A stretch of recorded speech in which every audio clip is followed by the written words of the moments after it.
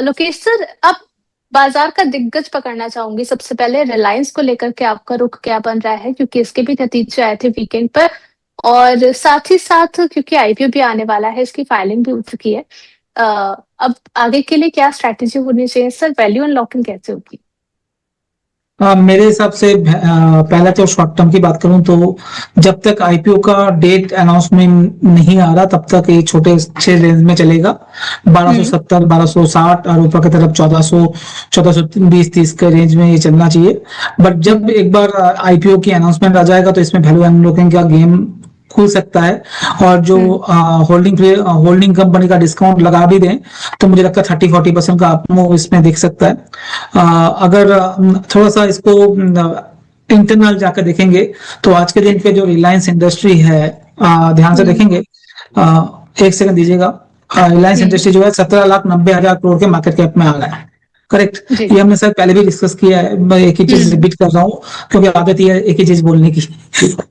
तो 18 लाख करोड़ के market cap में है। और जो जियो है, जो जियो टेलीकॉम की हम बात कर रहे हैं वो मोटा मोटा 14 लाख करोड़ के मार्केट कैप में आने की बात कर रहे हैं। और इसका पुष्टि इसलिए हो रहा है क्योंकि भारतीय एयरटेल जो है उसे एक पायदान छोटी कंपनी रिलायंस जियो से कस्टमर बेस वाइज वो 12.5 लाख 13 लाख करोड़ के मार्केट कैप में है। तो ये जस्टिफाइड है। 14 लाख करोड़ 13,50,000 करोड़ इस बीच में रिलायंस जियो का आईपीओ आना चाहिए। अब रिलायंस जियो का आईपीओ का 14 लाख करोड़ का होगा।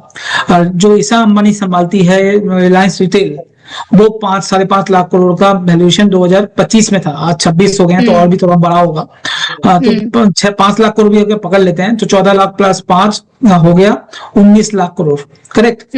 इसके अलावा रिलायंस ने कई मेगा प्रोजेक्ट में ग्रीन एनर्जी थीम पे इन्वेस्ट किया हुआ है। उसका वैल्यूएशन 2-3 लाख करोड़ के करीब ऑलरेडी है। तो उसको ऐड करें तो 19 प्लस 2 हो जाएगा 21 लाख करोड़। प्लस जो बहुत सारे टीवी चैनल्स हैं और हजारों कंपनीज है, चाहे वो HFCL आप देखोगे तो 30,000 करोड़ के मार्केट कैप में ट्रेड कर रहा है, उसको रिलायंस इंडस्ट्री का ओनरशिप में है। आलोक इंडस्ट्री है, बहुत सारे कंपनी, जो टॉय मेकिंग एक कंपनी है, अभी कोका कैंपा कोला एक लॉन्च किया था रिटेल के अगेंस्ट में, वो एक है। रिलायंस रिटेल है, रिलायंस का कपड़े का एक आउटलेट है। ये सारा अगर ऐड कर लेंगे तो 3-4 लाख करोड़ है, तो 24 लाख करोड़ हो गए। इसके बाद जामनगर वाला जो मेन बिजनेस है ऑयल रिफाइनरी का, वो 10-12 लाख करोड़ का मार्केट कैप में, तो 34-35 लाख करोड़ का टोटल होना चाहिए। और आज के दिन पे रिलायंस मिल रहा है 18 लाख करोड़, 17,90,000 करोड़ में आपको मिल रहा है।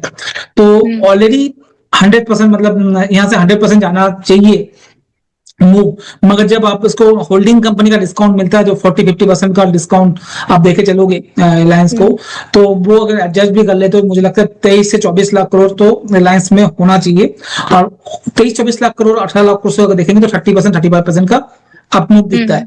तो मुझे लगता है 1800 से 2000 के लेवल आपको रिलायंस में जियो आईपीओ अनाउंस होने के बाद आने वाले 3 से 6 महीने के अंदर देखने को मिल सकता है। तो काफी टाइम लिया मैंने समझाने के लिए, बट ये जरूरी था लोगों को समझना। चलिए ठीक है, अब मार्केट जाइंट की बात करनी है, लेकिन इन सारे जाइंट्स की जो तेजी है उसको रोकने का जो फैक्टर है क्रूड, उस पर दीपक सर मैं आपसे थोड़ा सा और समझना चाहूंगी, क्योंकि इसकी रिएक्शन की वजह से बहुत सारे ऐसे स्टॉक्स रहे हैं जो कि आज गेनर्स के लिस्ट में भी शामिल हैं, जैसे कि हमने ओएनजीसी आज देखा है। और इसका रिएक्शन इंडिगो जैसे स्टॉक्स पर भी हमें देखने को मिला है, मारुति पर भी हमें देखने को मिला, ये भी लूजर्स के लिस्ट में शामिल थे।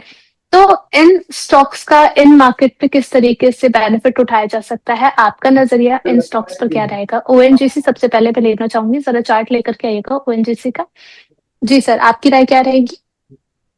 जी, जिस प्रकार से हम ओएनजीसी में अगर देख रहे हैं तो डेली टाइम फ्रेम पर यहाँ पर एक inverse head and shoulder pattern का फॉर्मेशन क्लियरली विजिबल है। जैसे ये स्टॉक लगभग 253 के ऊपर सस्टेन करके क्लोजिंग देता है तो यहाँ पर आप फ्रेश खरीदारी कर सकते हैं, जिसमें ऊपर में पहला टारगेट लगभग 265 से लेके 270 तक का यहाँ तक हमें दिखाई दे सकता है। नीचे में अगर देखें तो 225 से लेके 227 का एक अच्छा खासा स्ट्रॉन्ग सपोर्ट जोन यहाँ पर दिखाई दे रहा है। अगर यूएस ऑयल में वापिस 83 के लेवल्स को क्रॉस करके ऊपर में अगर सस्टेन होता है तो यहाँ से हमें और एक अच्छी खासी तेजी क्रूड ऑयल में देखने को मिल सकती है। साथ ही साथ उसी का इम्पैक्ट हमें स्टॉक स्पेसिफिकेशन, चाहे फिर वो इंडिगो हो तो ऊपरी साइड से Asian paints, oil and company marketing जैसे कि बीपीसीएल, एचपीसीएल, इनमें भी ऊपरी सर से एक अच्छा खासा दबाव यहाँ पर हमें देखने को मिल रहा है। तो सारे फैक्टर्स प्योरली और प्योरली न्यूज बेस्ड और ड्रिवन होते हुए यहाँ पर हमें क्लियरली दिखाई दे रहे। आने वाले दिनों में देखना होगा ईरान और यूएस को लेकर और किस तरीके से बातचीत जारी रहती है। अगर यहाँ से अगर चीजें कोई सॉर्ट आउट नहीं होती तो क्रूड ऑयल के प्राइसेस में वापस उछाल होता है, तो जरूर हमें इंडिगो जैसे स्टॉक्स, साथ ही साथ एशियन पेंट जैसे कंपनियों में आने वाले दिनों में जरूर यहाँ पर दबाव बढ़ता हुआ नजर आ सकता है। जी मैम। चलिए ठीक है। अब यहाँ पर ट्रेड आइडिया भी लेते हुए चलेंगे और आज का दिन काफी ज्यादा इंपॉर्टेंट भी है क्योंकि आज 47 कंपनीज के रिजल्ट्स आने हैं। उसके बाद हम मार्केट का रिएक्शन भी इसको लेकर के आने वाले कल के शो में चेक करेंगे, लेकिन उससे पहले ट्रेड कॉल ले लेते हैं।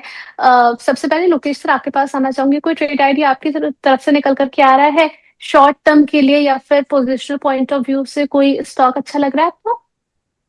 जी उर्वशी जी, जैसे उस दिन भी आप बोल रहे थे आप जेनजी को ज्यादा ट्रैक करते हो, तो जी। वैसे ही एक स्टॉक मैंने आइडेंटिफाई किया है। क्यों आइडेंटिफाई किया, पहले वो बात कर लेते हैं। बीच में आप अगर देखोगे हेल्थ कॉन्शियस बहुत ज्यादा हो रहे थे लोग, और प्लस उस वजह से हर एक हाथ में आपको स्मार्ट वॉच देखने को मिल रहा था।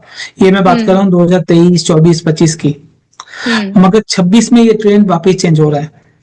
अब चेंज क्या हो रहा है, जो हर कोई बंदा जो है अच्छा एक घड़ी पहनना चाहते हैं जो स्मार्ट वॉच ना हो। क्यों ना हो? क्योंकि उसमें बैटरी का दिक्कत है, हर रोज चार्ज करना पड़ता है, एक दो दिन में चार्ज करना पड़ता है, तो दिक्कत हो रही है। और हेल्थ के लिए वो क्या कर रहे हैं, एक रिंग आ रहा है, सैमसंग का हो और बहुत सारी कंपनीज का है, वो रिंग पहन रहे हैं। या जो एक विदाउट स्क्रीन बेल्ट आ रहा है जो घड़ी के टाइप के होता है, जो आप हाथ में पहन सकते हो। गूगल फिट भी लॉन्च कर रहा है, और भी बहुत सारी कंपनीज है, नॉइज अभी लॉन्च करने वाला है। तो ये सारी कंपनीज कर रहे हैं, तो वो ट्रेंड ज्यादा हो रहा है जो वॉच घड़ी घड़ी के लिए हो, स्टाइलिश के लिए हो, और हेल्थ चेकअप के लिए अलग से आप अलग डिवाइस यूज करो, उसमें आपको स्क्रीन की जरूरत नहीं है। जो आप फोन में देख सकते हो उनका स्लीप पैटर्न क्या है आपका, या अदर रनिंग पैटर्न क्या है आपका, वॉकिंग पैटर्न क्या है आपका। तो इस जगह पे देख के बहुत सारी ऐसी कंपनीज है जो बहुत अच्छा परफॉर्म कर रहा है घड़ियों में। तो उसमें से एक कंपनी है टाइमेक्स। टाइमेक्स में अगर ध्यान देंगे लास्ट एक साल में स्टॉक डबल हो चुका है, पर यहाँ से भी मुझे लगता है ये स्टॉक काफी ऊपर जा सकता है। एंड टाइमेक्स में आप देखोगे कंटिन्यूअस ये परफॉर्मेंस आपको देखने को मिल रहा है। तो करेंट भाव में भी आप बाय कर सकते हो 566 में। स्टॉप लॉस लगाइए 525 या 520 के बीच में। अभी के लिए 625 630 का लेके चलिए। ये ट्रेंड जो वापिस चेंज हो रहा है, वापिस जो लोगों का रुझान घड़ियों में आ रहा है, मुझे लगता है ये कंटिन्यूअस रह सकता है आने वाले टाइम पे। एंड टाइमेक्स उसमें से लिस्टेड कंपनीज में एक बड़ा बेनिफिशियरी होगा, क्योंकि इंडिया का जो रेंज है ना, हम मिडिल क्लास पीपल हैं, जहां पर जो रेंज है हमें 1000 रुपए से लेकर 4 5 6 हजार 7 हजार का घड़ी पहनने की कोशिश करेंगे लोग।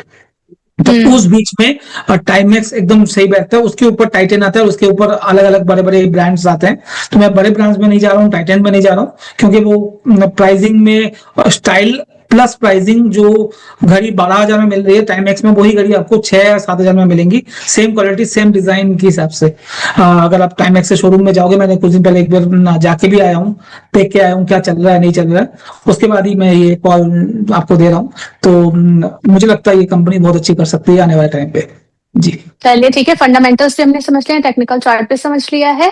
टाइमेक्स को लेकर के कॉल दिया गया है लोकेश सर की तरफ से। अभी अगर हम देखिए 569 के लेवल पर चल रहा है, 6.5% से ज्यादा की अपसाइड के साथ में टारगेट्स आपको 630 तक के पकड़ने को दिए गए हैं, with a stop loss of 520 to 525। इस रेंज में आपको स्टॉप लॉस मेंटेन करना है। कल मार्केट प्राइस पर कंसीडर करने की सलाह यहाँ पर लोकेश सर की तरफ से दी गई है। चलिए बढ़ चलते हैं दीपक सर की तरफ। दीपक सर, कोई ऐसा शोरूम जहां पर आप गए हैं, आपने फंडामेंटली चेक करा है कंपनी को और फिर आपका नजरिया बन रहा?